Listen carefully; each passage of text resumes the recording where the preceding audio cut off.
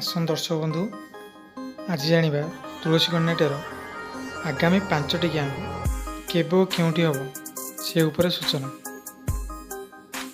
ପ୍ରଥମ କ୍ୟାମ୍ପ 5-10ରୁ 9-10, ସ୍ଥାନ ଉଲୁଣ୍ଡା, ସୋନପୁର।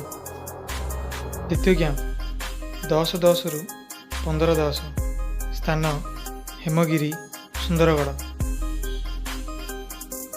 ତୃତୀୟ କ୍ୟାମ୍ପ 16-10ରୁ 20-10, ସ୍ଥାନ ଦରଲିପାଲି, ସୁନ୍ଦରଗଡ଼।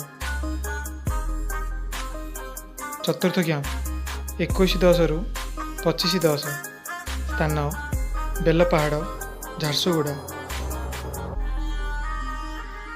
ପଞ୍ଚମ କ୍ୟାମ୍ପ 27-10ରୁ 29-10, ସ୍ଥାନ ବାଲିଆପାଳ, ବାଲେଶ୍ୱର। ତ ଆପଣମାନେ ଜାଣିଲେ ତୁଳସୀ କନ୍ୟାଟିର ଅକ୍ଟୋବର ମାସର ଯାତ୍ରା କ୍ୟାମ୍ପ କେବେ ଓ କେଉଁଠି ପଡ଼ିବ।